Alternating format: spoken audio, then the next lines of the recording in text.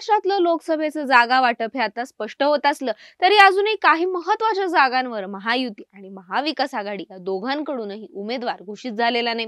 महाविकास आघाडीचा विचार जर केला तर सगळ्यात जास्त लक्ष लागलेलं ते माढा लोकसभा मतदारसंघामध्ये। महायुतीकडून माढा लोकसभा मतदारसंघात रणजितसिंह नाईक निंबाळकर यांच्या नावाची घोषणा झाल्यानंतर मोहिते पाटील घराणं हे नाराज असल्याची चर्चा सातत्यानं सुरू होती। त्या चर्चेला आता पूर्णविराम मिळालेला आहे। धैर्यशील मोहिते पाटील यांनी भाजपच्या सर्व पदांचा राजीनामा दिला आणि 14 एप्रिलला ते शरद पवारांच्या राष्ट्रवादीची तुतारी हातात घेणार आहेत। शरद पवारांनी माढामध्ये वेट अँड वॉचचं धोरण बराच काळ स्वीकारलं होतं। सक्षम उमेदवार नसणं हे त्याचं प्रमुख कारण होतं।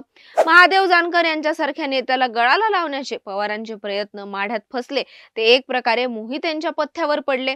आता माढा लोकसभा मतदारसंघामध्ये धैर्यशील मोहिते पाटील विरुद्ध रणजितसिंह नाईक निंबाळकर अशी लढत बघायला मिळेल।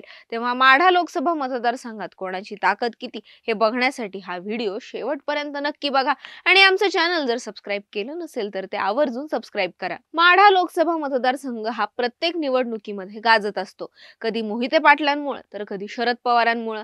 शरद पवारांना देखील सुरक्षित वाटावा असा बारामतीला चिटकून असलेला हा माढा लोकसभा मतदारसंघ येतो मोहिते पाटलांच्या साम्राज्यामध्ये।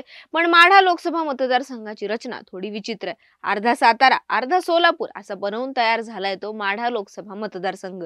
शंकरराव मोहितेंपासून ते आता रणजितसिंह मोहितेंपर्यंत सोलापूर मधल्या प्रत्येक तालुक्यात मोहिते पाटील घराण्याचा एक भक्कम गट सक्रिय आहे। त्यामुळेच माढ्यातली काडी इकडची तिकडं करायची म्हणली तरी मोहिते पाटलांची परवानगी ही लागतेच।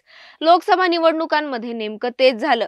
राष्ट्रीय पक्ष असलेल्या भाजपनं मोहिते पाटलांना विश्वासात न घेता रणजितसिंह नाईक निंबाळकर यांची उमेदवारी घोषित करून टाकली आणि मोहिते पाटील दुखावले गेले।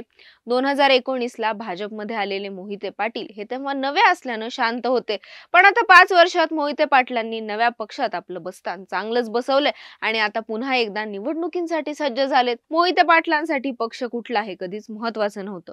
काँग्रेस, राष्ट्रवादी, भाजप जो मिळेल तो पक्ष बदलत राहिले, निवडणुका जिंकत राहिले।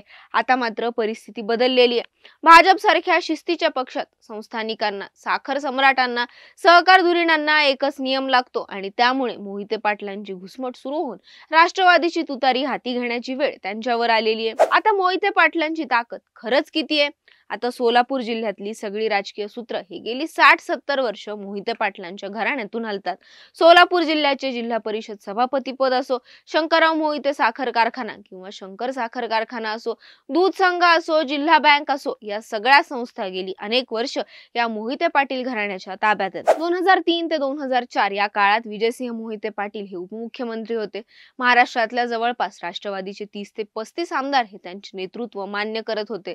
2009 मध्ये पंढरपुरात विजयसिंह मोहिते पाटलांचा पराभव झाला आणि मोहिते पाटील घराणं थोडंसं बॅकफुटवर गेलं। 2014 मध्ये मोहिते पाटील खासदार झाले खरे, पण तोपर्यंत देशात सत्तांतर झालं होतं।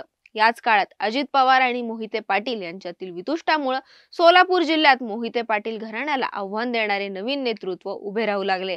संजय मामा शिंदे आणि बबन शिंदे हे दोन भावांची जोडी मोहितांना आव्हान देत होती। दुसरीकडे उत्तम जानकरांसारखे नेते मोहितेंच्याच माळशिरसमध्ये स्वतःची मोठी ताकद उभी करत होते। 2019 मध्ये रणजितसिंह मोहिते पाटील यांच्या आग्रहास्तव मोहितेंचा भाजप प्रवेश झाला खरा, त्यानंतर देखील मोहिते पाटलांनी स्वतःला परत एकदा प्रस्थापित करण्याचा प्रयत्न केला। मधल्या काळात त्यांच्या बँकांवर झालेले आरोप, सोलापूर मधला साखर कारखाना डबघाईला जाणं, यामुळे मोहिते पाटील घराण्याला घरघर लागली ती कायमचीच। त्यामुळे गेल्या 70 वर्षात मोहिते पाटलांनी सहकाराच्या माध्यमातून आणि राजकारणाच्या माध्यमातून जी काही माणसं जोडली, ज्या काही ग्रामपंचायती जोडल्या, त्यातून जोडले गेलेले कार्यकर्ते हीच काय ती मोहिते पाटलांची ताकद आहे। याशिवाय सोलापूर जिल्ह्यातले जे गटात राजकारण आहे त्यातून फलटणचे रामराजे निंबाळकर यांचा गट, सांगोल्यातनं शेतकरी कामगार पक्षाचे अनिकेत देशमुख यांचा गट, माढा करमाळा भागातला बागल गट हे आत्ताच्या घडीला मोहिते पाटलांसोबत उभे राहिलेले दिसतात। मात्र विद्यमान आमदारांचं जर का बलाबल बघितलं तर दीपक चव्हाण सोडले तर माढ्यातले 5ही आमदार हे आत्ताच्या घडीला भाजप सोबत असल्याचं स्पष्ट आहे। आता शिंदे बंधूंचा फॅक्टरही इथं महत्वाचा आहे। बबन शिंदे आणि संजय मामा शिंदे हे मोहिते पाटील घराण्याचे पारंपरिक विरोधक। 2019 ला संजय मामा शिंदे यांनीच रणजितसिंह नाईक निंबाळकर यांच्या विरोधात निवडणूक लढवली होती। 5 लाखांपेक्षा जास्त मतं देखील संजय मामा शिंदे यांना पडली होती, पण मधल्या 5 वर्षात सगळीच गणितं बदलून गेली आहेत। सध्या ते अजित पवार यांच्या गटात आहेत. त्यांचे बंधू बबन शिंदे हे देखील अजित पवारांच्या सोबत आहेत. बबन शिंदे यांच्या मागे देखील ईडी लागली होती. त्यानंतर त्यांनी फडणवीसांची भेट घेतली. पंचायत समिती, साखर कारखाने, सोलापूर जिल्हा मध्यवर्ती बँक, माढा कृषी उत्पन्न बाजार समिती या सगळ्यावर शिंदे बंधूंची घट्ट पकड आहे. आणि याच जोरावर मोहिते पाटलांना शिंदे बंधूंकडून वारंवार आव्हान दिलं जातं. माढा आणि करमाळा हे दोन्ही मतदारसंघ आता शिंदे बंधूंच्या ताब्यात आहेत आणि त्यांचा भक्कम पाठिंबा हा रणजितसिंह निंबाळकर यांना आहे. आता इथला जानकर फॅक्टर बघणं ही महत्वाचं आहे. माळशिरस विधानसभा मतदारसंघ हा मोहिते पाटलांचा बालेकिल्ला मानला जातो. या मतदारसंघातून लोकसभेला 2019 ला रणजितसिंह नाईक निंबाळकर यांना तब्बल 1 लाखांचं मताधिक्य मिळालेलं होतं. हे मताधिक्य मोहिते पाटलांनी मदत केल्यामुळे सातपुते यांना मिळालं अशी त्यावेळेस चर्चा होती.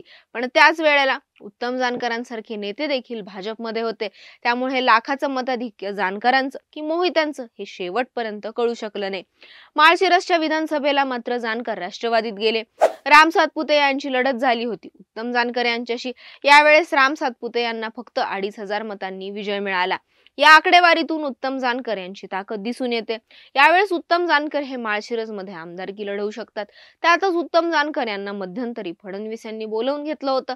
त्यामुळे जानकर यांची ताकद जर भाजपच्या पाठीशी उभी राहिली तर मोहिते पाटलांची जादू फारशी चालणार नाही असं राजकीय जाणकार सांगतात. आता इथं भाजपची ताकद किती? जानकर, शिंदे, मोहिते यांच्याशिवाय भाजपनं गेल्या 5 वर्षात विकास कामांच्या माध्यमातून स्वतःचा एक प्रभावशाली गट या माढा लोकसभा मतदारसंघात तयार केलेला आहे. पक्ष संघटन आणि कार्यकर्त्यांची फळी भाजपनं उभारत निंबाळकर यांच्या पाठीशी उभी केलेली आहे. जयकुमार गोरे, निंबाळकर, शिंदे या युवा आमदारांची मोड बांधत भाजपनं चांगलाच पक्ष विस्तार केलेला आहे. याशिवाय धैर्यशील मोहिते पाटील हे जरी राष्ट्रवादीत जाणार असले तरी त्यांचेच बंधू रणजितसिंह मोहिते पाटील हे धैर्यशील मोहिते पाटलांच्या निर्णयाबाबत फारसे अनुकूल आहेत असं वाटत नाही. त्यामुळे रणजितसिंह मोहिते पाटील यांच्या गटाचा आणि कार्यकर्त्यांचा छुपा पाठिंबा हा भाजपकडे असू शकतो. आणि म्हणूनच मोहिते पाटलांच्या इतक्या प्रकट विरोधानंतरही निवडणुकीत उमेदवार बदलणार नाही या मतावर भाजप श्रेष्ठी पहिल्यापासून ठाम आहेत. त्यामुळे मोहिते पाटील यांचं नाव जरी मोठं असलं आणि त्यांचा इतिहास जरी मोठा असला तरी भाजपनं बेरजेचं राजकारण करत विरोधकांची एक फळी उभारत मोठी ताकद उभी केलेली आहे. आता निवडणुकीत काय होईल त्याबद्दल आपल्याला निकालाच्या दिवशी कळेलच. पण माढ्यात काय होणार याबद्दल तुम्हाला काय वाटतं हे आम्हाला आवर्जून कळवा.